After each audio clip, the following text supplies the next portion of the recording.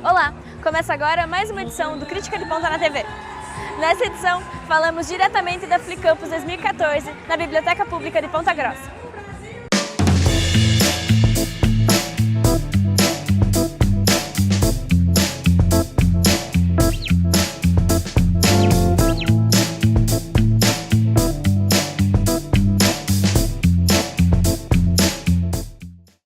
Para começar o programa, Amanda Bueno fala do livro O Menino no Espelho, de Fernando Sabino.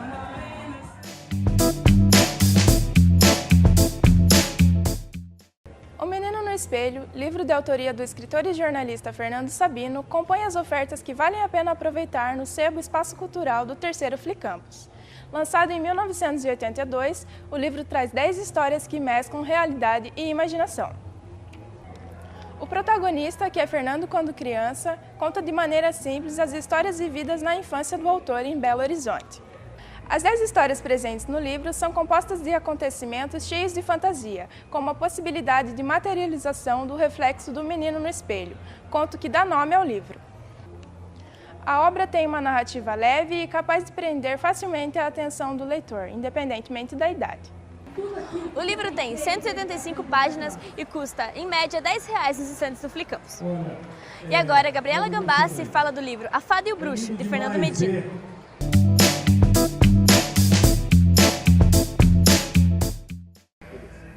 O livro A Fada e o Bruxo, do escritor pontagrossense Francisco Medina, conta a improvável história de amor da fada Ava e do bruxo Aiden.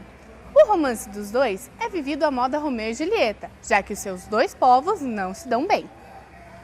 A história se passa no universo fantástico de Eve, um universo paralelo onde criaturas mitológicas coabitam, nem sempre em harmonia. Como parte da história se passa também na Terra, o livro se caracteriza como realismo fantástico, ou seja, mistura elementos de fantasia com realidade.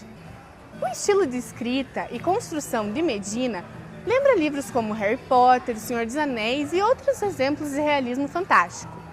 O livro é apenas a primeira parte da saga As Crônicas de Eve, e a continuação sairá em breve. O livro custa cerca de R$35 nos estantes do Flicampus.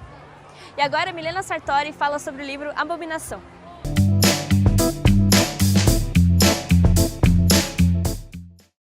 Com um enredo que vai de investigação e assassinato até conflitos da Guerra da Bósnia, a abominação envolve vários aspectos da sociedade. Quando uma mulher é encontrada morta com as vestes de um padre em Veneza, a investigação esbarra em uma jornalista que procura informações sobre os abusos sofridos pelas mulheres na Guerra da Bósnia. Ao mesmo tempo, o dono de um site que recriou virtualmente Veneza é indiciado por crimes da internet, mas suspeita dos motivos da sua acusação. Ao desenrolar da história, as 3 histórias se cruzam, enquanto o leitor passa por diversos pontos de Veneza e região. O livro é intrigante e bem conspiratório, porém a leitura é um pouco arrastada, pois o leitor precisa assimilar diversas informações para entender a história como um todo. O livro tem 358 páginas e pode ser adquirido por R$40 nos estantes da Flicampus. E agora, Adriane Rez fala sobre o livro Como Eu Era Antes de Você.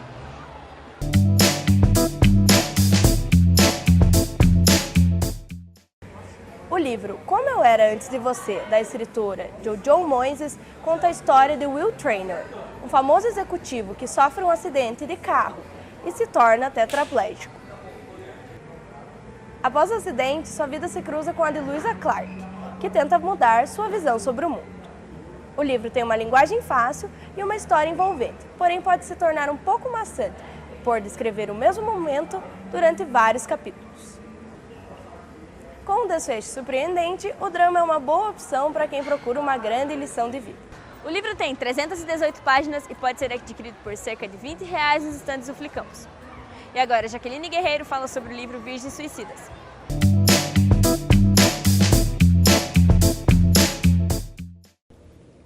O livro As Virgens Suicidas, de Jeff Eugenides, foi lançado em 93 e conta a história de 5 irmãs que viviam no subúrbio dos Estados Unidos na década de 70 e se suicidam em sequência sem nenhum motivo aparentemente plausível.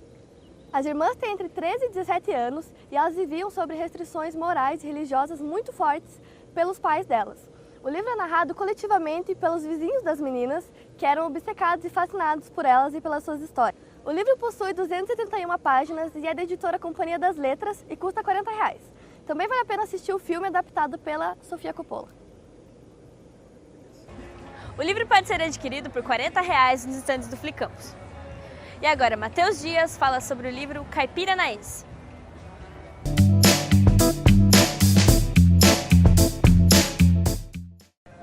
O livro Caipiranaense, o dialeto paranaense de Alberto Olavo de Carvalho, é muito bem-humorado, porém peca pela falta de originalidade e pela generalização. Por que falta de originalidade? Explico. Ele segue o formato já consagrado pelo livro Jacu Rabudo, de Henry Leonard Bowles. E generalização por quê? Ele considera que o sotaque leite quente é um sotaque quase como comum no Paraná todo. E não é. E o engraçado é que Alberto Olavo de Carvalho reconhece isso ainda na introdução do livro, quando ele diz: o Paraná é uma colcha de retalhos étnico-cultural. Ora, se é uma colcha de retalhos étnico-cultural, não faz sentido você generalizar e dizer que no Paraná não existe salsicha, existe vina. Alberto faz uma defesa ferrenha desse sotaque leite quente, desse sotaque paranaense, frente aos outros sotaques do Brasil, ao sotaque 50, ao sotaque carioca, ao sotaque do Rio de Janeiro. E o livro possui 140 páginas, foi editado na cidade de Ponta Grossa com o auxílio da Proex UEPG e do Rotary Club da cidade. E agora, Leonardo Mordosti fala sobre o livro Uma Professora Muito Maluquinha.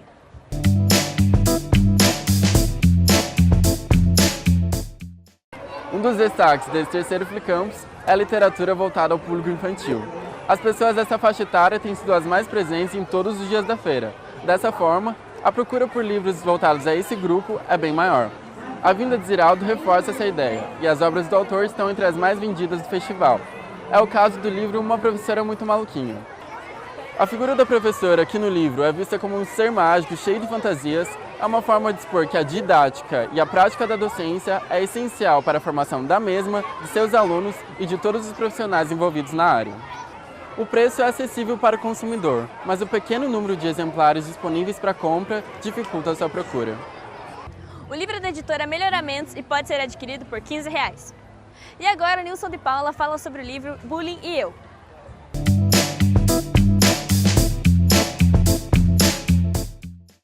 Nos estantes de livros infantis aqui na Flicampus também podemos encontrar livros de autoajuda.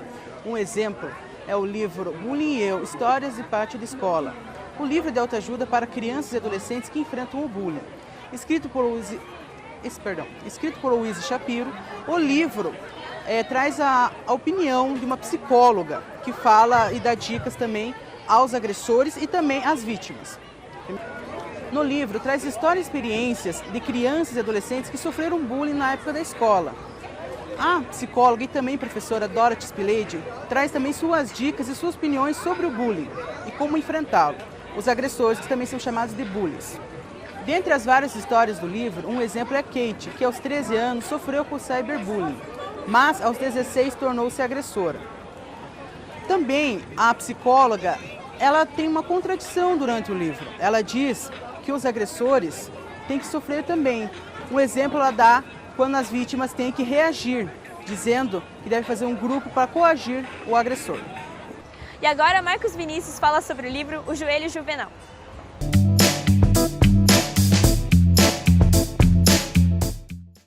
Ziraldo, um dos destaques da Flicampus 2014, lançou um livro infantil, O Joelho Juvenal, que conta exatamente a história de um joelho.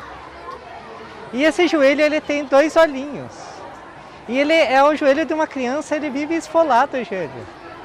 E o livro se faz muito atual, principalmente numa época que as crianças acabam não brincando mais. Desde cedo acabam ficando em jogos eletrônicos, no computador, na internet.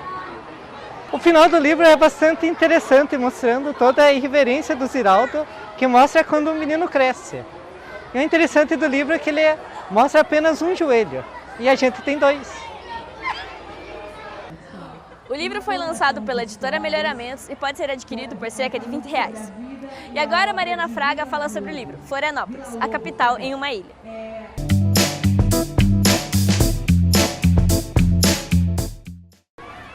O livro infantil de Cristina Santos coloca Florianópolis como narradora de sua própria história, contando em primeira pessoa toda a sua trajetória desde seu descobrimento.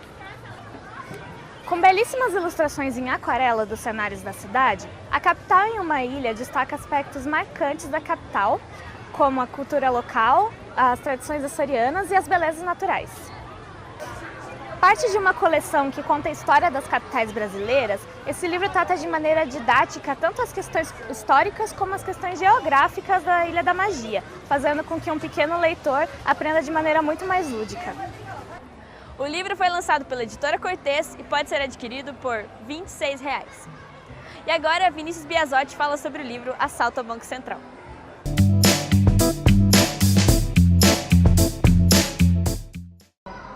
Assalto ao Banco Central é um livro escrito por Monteiro e Belmonte, de grande sucesso na literatura brasileira.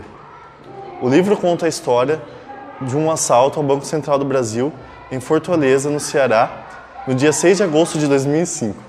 Uma quadrilha conseguiu roubar 164 milhões dos cofres do banco sem usar nenhum tipo de violência, apenas uma grande estrutura de engenharia.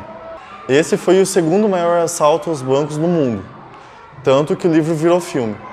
O livro foi lançado em 2011 pela editora Nova Fronteira e possui 203 páginas.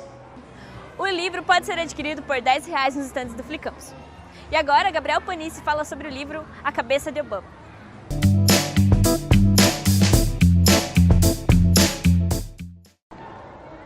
A Cabeça de Obama é um livro escrito pelo premiado jornalista norte-americano Sacha Abransky e lançado em 2010. No Brasil, foi traduzido pela editora Agir e lançado no mesmo ano. O título original é Inside Obama's Brain e possui 261 páginas. O livro conta a história da ascensão de Obama e como ele chegou à Casa Branca. O jornalista Sacha Abransky entrevistou quase 100 pessoas para a elaboração do livro, desde vizinhos, parceiros de basquete de antigamente, professores e pessoas conhecidas. Todo esse trabalho resultou em uma perspectiva de como seria o governo e como Obama lidaria na Casa Branca. O livro pode ser adquirido por R$ 10. E agora, Felipe de Liberais fala sobre o livro Hitler em Paris.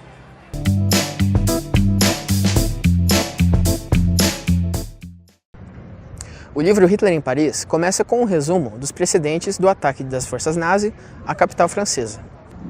O autor não toma um lado, ele só relata que as forças jovens de Hitler eram muito superiores às forças antiquadas francesas em maio de 1940. Com uma divisão quase igual entre textos e ilustrações, e com muitos mapas, gráficos e fotos, Hitler em Paris é uma ótima opção para quem é fã da Segunda Guerra Mundial e deseja se aprofundar nas batalhas individuais. O livro pode ser adquirido por R$ 10. E agora, Karen Del Nobile fala sobre o livro Filhos de Hippies.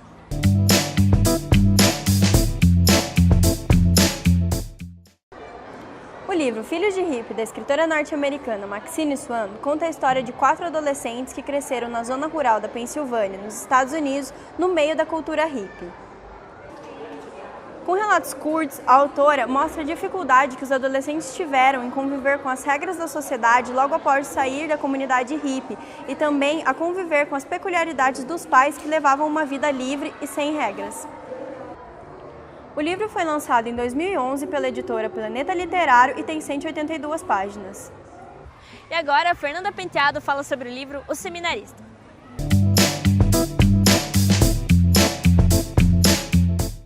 Além de escravo Isauro, o autor romântico Bernardo Guimarães também é conhecido pela obra O Seminarista, escrita em 1872. Neste livro, o autor retrata o amor impossível do seminarista Eugênio por Margarida, filha de uma moradora da fazenda da qual seus pais eram donos. Como característica do período literário do romantismo a qual a obra pertence, nós podemos dizer que, assim como todos os autores desse período, o Bernardo Guimarães viu o amor como algo natural que independia dos dogmas religiosos e sociais. O Seminarista foi publicado pela editora Ediouro em 2003 e pode ser encontrado no Flicampus por R$ 10.